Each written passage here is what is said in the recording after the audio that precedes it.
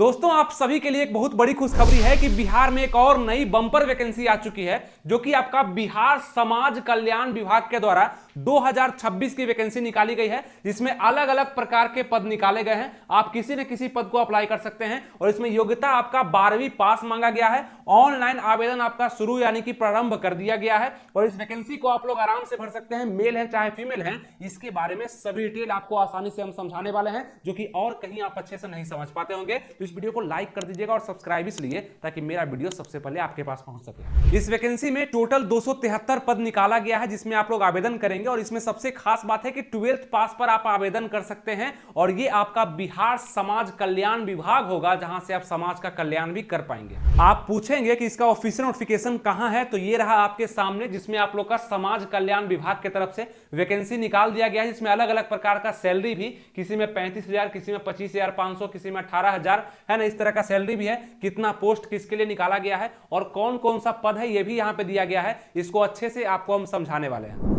नमस्कार दोस्तों, आनंद study online channel में आप लोग का फिर से एक बार स्वागत है। उम्मीद करते हैं आप लोग स्वस्थ और मस्त होंगे। आइए इस नई भर्ती के बारे में स्टेप बाय स्टेप जानते हैं, ताकि कोई जानकारी छूट ना जाए और इसको आप समझें, इसको अप्लाई करें और जॉब लें। यही मेरा भी उद्देश्य होता है। तो आप इसको लाइक जरूर कर देंगे कहीं भी आप इस वीडियो को देख रहे हैं। ये भर्ती आपका समाज कल्याण विभाग के द्वारा निकाला गया है। आप पूछेंगे कि ये भर्ती को क्यों निकाला गया है, तो इसका कारण भी बताया गया है। देखिएगा, मिशन वात्सल्य योजना अंतर्गत सरकार द्वारा संचालित बाल देखरेख संस्थान में संविदा आधारित जॉब निकाला गया है, जिसका उद्देश्य क्या है, तो राज्य बाल संरक्षण समिति, जो कि SCPS के नाम से जाना जाता है, पटना बिहार अंतर्गत जोखिम ग्रस्त बच्चों के संरक्षण एवं पुनर्वासन हेतु केंद्र प्रायोजित मिशन वात्सल्य योजना का क्रियान्वयन किया जा रहा है। इसके रूप में क्या होगा कि SCPS के द्वारा बाल देखरेख संस्थान के निम्नलिखित संविदा आधारित पद पर आवेदन आमंत्रित किया जाता है, जिससे कि जो भी जोखिम ग्रस्त बच्चे हैं उस पर ध्यान रखा जाए और उसको आगे बढ़ने का यहाँ पे प्रयास कराया जाए। ठीक है, अब इसमें देखते हैं कि यहाँ पे कौन कौन सा वैकेंसी निकला है, पद का नाम क्या क्या है। ध्यान दीजिएगा, आपका यहाँ पे पद का नाम लिखा गया, अधीक्षक का आपका पद निकाला गया है, जिसकी संख्या 31 है, मतलब 31 पदों पे बहाली आ चुकी है। अब किसके किसके लिए कितना पद है, तो SC के लिए 2 है, SC फीमेल के लिए 4 है। उसी प्रकार से आप इसको खुद भी पढ़ सकते हैं कि जनरल फीमेल के लिए 5 है, जनरल मेल के लिए सभी मिला के 3 है, EWS के लिए 2 है। तो यहाँ पे पद का संख्या भी लिखा गया है और इसको मानदेय के रूप में कितना वेतन दिया जाएगा, तो 35,400 रुपए आप लोग को per month in hand salary आप लोग को यहां पे दिया जाएगा, जो कि 35,400 का होगा जब आप इस पद के लिए अप्लाई करेंगे तब। ठीक है, तो ये तो आपका पहला पद हो गया। दूसरा जो आपका पद है वो आपका लेखापाल सह भंडारपाल है, इसमें 29 पद निकाला गया है। अब इसमें कितना कितना सीट है आप यहाँ पे खुद भी पढ़ के समझ सकते हैं। आप किस कैटेगरी से नीचे कमेंट कर देंगे और उस कमेंट से आप ये भी देख लेंगे कि किसके लिए कितना पद है, और इसको वेतन 25,500 का मिलेगा। और इसके अलावा कहा गया है कि इसके अतिरिक्त राज्य सरकार द्वारा निर्धारित DA के समतुल्य राशि दे होगा, यानी इतना राशि आप लोग का दे होगा, दिया जाएगा। ठीक है, अब इसके बाद बात कर लें आपका तीसरा पद कौन सा है, तो तीसरा पद भी आपका अच्छा सा है, परिवीक्षा अधिकारी, केस वर्कर, बाल कल्याण अधिकारी आपका होगा, जिसमें 27 वैकेंसी निकाला गया है। कितना कितना वैकेंसी आप लोग देख लेंगे, इसमें 18,000 वेतन आप लोग का होगा। उसी प्रकार से 28 वैकेंसी आप लोग का परामर्श यानी कि परामर्शी गृह से है ना, 28 वैकेंसी यहाँ पे निकाला गया है, इसके लिए भी 18,000 रुपया दे है। और ये आपका चौथा वैकेंसी हो जाएगा। पांचवा आपका बाल गृह बालक, बाल गृह बालिका, इस टाइप से है। और ये आपका इसमें हाउस फादर का है ना, हाउस मदर का, पारा मेडिकल स्टाफ का, नर्स महिला विशेष इकाई का, ये सब में पद है। इसमें 55 इसमें है, 31 इसमें पद है, 36 इसमें पद निकाला गया है। तो आप इसमें देख लेंगे कि आप किसके लायक हैं और कैसे आप इसको अप्लाई कर सकते हैं, क्योंकि 12th पास पर आप इसको अप्लाई कर रहे हैं या ग्रेजुएशन का डिग्री है, PG का डिग्री आपके पास है, तो और अच्छा है, आपको ज्यादा चांस दिया जाएगा, यानी कि आपको बोनस के रूप में कुछ अंक भी दिए जाएंगे। ठीक है, अब यहां कहा गया कि बिहार प्रशासनिक सुधार मिशन सोसाइटी के कार्यपालक सहायक के अनुरूप होगा ये पद आपका, जो यहां पे दिया गया है। ठीक है, अब इसके बाद इसमें क्या जानकारी है, क्योंकि ऑफिशियल नोटिफिकेशन आपको पढ़ करके हम बता रहे हैं, और इसमें लगभग 8 प्रकार का पद निकाला गया है। अब ये पद आपका विशेष शिक्षक का यानी कि विशेष इकाई का पद होगा, जिसमें 36 पद निकाला गया है। किसके लिए कितना सीट है देखिएगा, 18,000 वेतन इसमें भी दिया जाएगा, और इसके अतिरिक्त राज्य सरकार द्वारा निर्धारित DA का समतुल्य राशि भी आपको दिया जाएगा। यानी कि सबसे अच्छा पद आप अगर कहेंगे वेतन के अनुसार, तो आपका जो पहला पद है 35,400 रुपया मानदेय आप लोग को, यानी कि फर्स्ट पहला मंथ का सैलरी आपका ये हो जाएगा। तो 35,400 यानी कि अधीक्षक का जो पद है 31, इसमें अगर आप लोग अप्लाई करते हैं तो अच्छा खासा सैलरी है। उसके बाद सेकेंड नंबर का जो सबसे अच्छा पद है वो 25,500, जिसमें लेखापाल सह भंडारपाल का यहाँ पे ऑप्शन दिया गया है, इसमें आप अप्लाई करते हैं तो ये भी काफी अच्छा पद है। तो इतना तरह का पद है और किसमें कितना यहाँ पे पोस्ट निकाला गया है, किस कैटेगरी के लिए, आप यहाँ पे देख सकते हैं।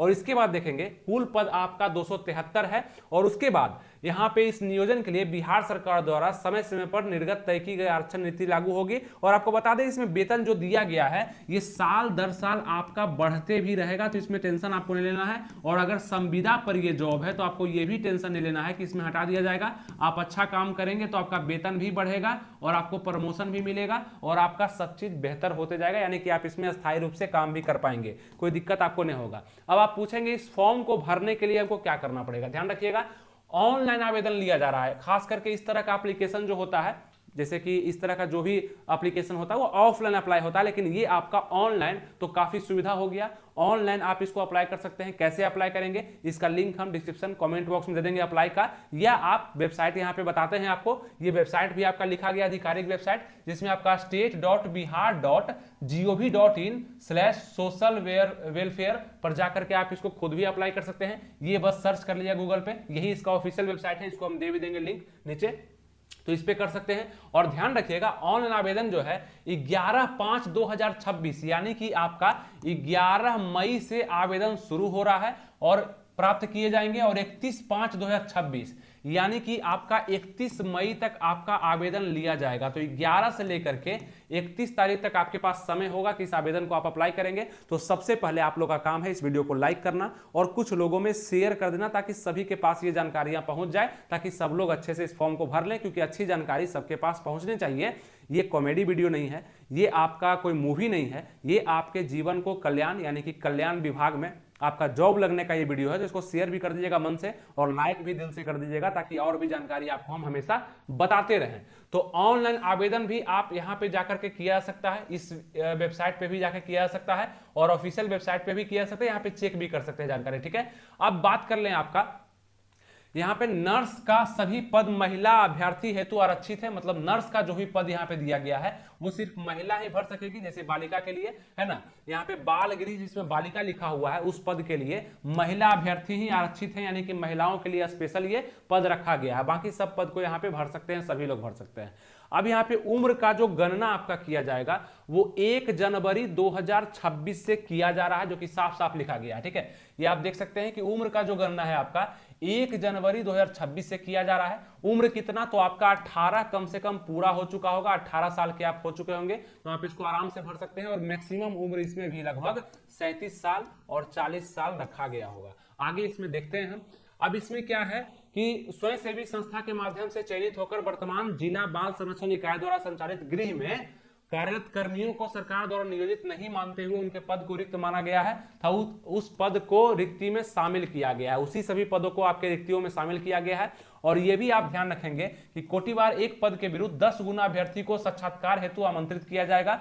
आपको बता दें कि यहाँ पे किसी भी तरह का एग्जाम आपसे नहीं लिया जा रहा। ठीक है, एग्जाम आपका नहीं होगा, सीधे इंटरव्यू पे आप लोग का जॉब होगा। मतलब लिखित परीक्षा आपसे नहीं ली गई है, सीधा आपका यहाँ पे क्या होगा, तो इंटरव्यू होगा। और वो भी यहाँ पे 10 गुना अभ्यर्थी, मतलब जितना सीट है उसका 10 गुना अभ्यर्थी यहाँ पे क्या होंगे, सेलेक्ट होंगे। किस लिए, तो साक्षात्कार के लिए, मतलब इंटरव्यू के लिए। और अंतिम मेधा सूची 100 अंक के आधार पर बनाई जाएगी। और वो 100 अंक क्या, कि आपका जो एजुकेशनल क्वालिफिकेशन है, जैसे कि कोई 10th पास है, कोई 12th पास है, कोई ग्रेजुएशन है, कोई पीजी है, इसमें कितना कितना परसेंटेज और कितना कितना मार्क्स है आपका, और उसके बाद आप इंटरव्यू में इसका जाते हैं उसमें कितना नंबर आपको दिया जाता है, इस दोनों को मिलाकर के आपका अंतिम मेधा सूची बनाया जाएगा, जो कि 100 नंबर के अनुसार होगा। और उसी में आप लोग का रिजल्ट दिया जाने का संभावना होगा, उसी में सिलेक्शन आप लोग का हो सकता है। मतलब रिटन एग्जाम इसमें नहीं है, बस आपको बस जो है आपके पास वही उसमें परोस देना है। ठीक है, वही दिखाना है इंटरव्यू में भी, और आपको वहां पे जाना है। यहाँ पे यह भी कहा गया है कि जिस पद पर अभ्यर्थी की न्यूनतम वांछनीय योग्यता, यहाँ पे शैक्षणिक योग्यता स्नातक है, मतलब न्यूनतम योग्यता अगर आपका स्नातक है उस पद को आप अप्लाई कर रहे हैं,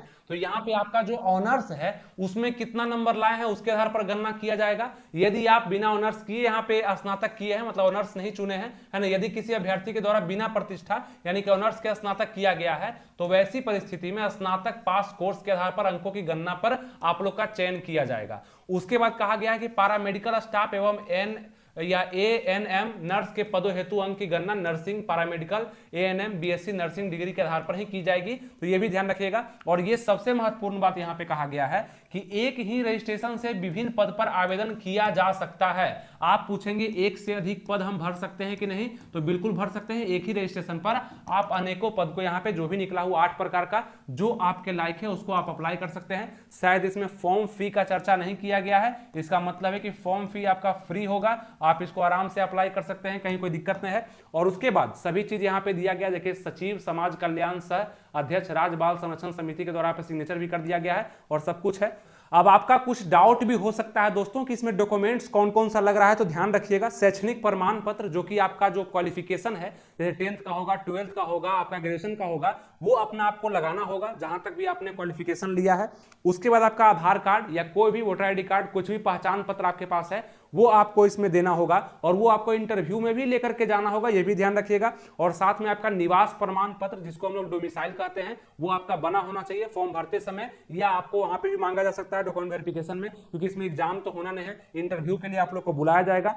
पासपोर्ट साइज फोटो अपना 5-6 बनवा लीजिएगा ताकि आपको फॉर्म भरने से लेकर के आपको इंटरव्यू तक में काम आ जाए। और अनुभव प्रमाण पत्र, अभी कोई भी आपके पास अनुभव प्रमाण पत्र है तो वो भी आप लगा सकते हैं, हो सकता है कुछ बेनिफिट आपको इसमें दिख जाए, ठीक है। जाति प्रमाण पत्र भी आप अगर बनवाए होंगे तो वो भी लगा दीजिएगा, कुछ फायदा हो सकता है कि आपको मिल जाएगा, ठीक है। तो ये सभी डॉक्यूमेंट्स आप अपना बनवा कर रखिएगा। बाकी ईमेल ID, मोबाइल नंबर, ये सब तो नेसेसरी होता है जो कि आपको फॉर्म में देना ही होता है। आपका एक और डाउट हो सकता है दोस्तों कि इसमें कौन सा पोस्ट ग्रेजुएशन का है, कौन सा पोस्ट यहाँ पे 12th पे अप्लाई कर सकते हैं। चूंकि ये नोटिफिकेशन में क्लियर नहीं बताया गया है, सिर्फ ये लिखा गया है कि ग्रेजुएशन वाला को यहाँ पे ग्रेजुएशन के आधार पर यहाँ पे नंबर दिया जाएगा, ऑनर्स या बिना ऑनर्स का। तो ये कहा गया है, हम ऐसा मान सकते हैं कि ऊपर का जो 2 पद आपका अधीक्षक का और लेखापाल सह भंडारपाल का, ये दोनों पद मुझे ऐसा लगता है कि ये ग्रेजुएशन पर आप अप्लाई कर सकते हैं, है ना, स्नातक अगर आपके पास है। बाकी सभी पद आप 12th पर भी अप्लाई कर सकते हैं, कोई दिक्कत आपको नहीं होगा। तो ये मेरे अनुसार ऐसा लगता है क्योंकि नोटिफिकेशन में क्लियर रूप से नहीं बताया गया, तो आप इसमें यहाँ पे समझ सकते हैं कि ऊपर का 2 पद क्योंकि इसका सैलरी भी ज्यादा है और यहाँ पे इसका भार भी कुछ ज्यादा होगा और ग्रेजुएशन का चर्चा किया गया ही है, तो आपका यहाँ पे ये हो जाएगा। बाकी आप 12th पे डाल सकते हैं और कुछ हो सकता है 10th पर भी डाल सकते हो, तो वो अलग बात है। तो आप यहाँ पे देख सकते हैं कि जो भी आपके पास क्वालिफिकेशन है उसके अनुसार आप अलग अलग पद भी यहाँ पे अप्लाई कर सकते हैं, कोई दिक्कत आपको नहीं होगा, ठीक है।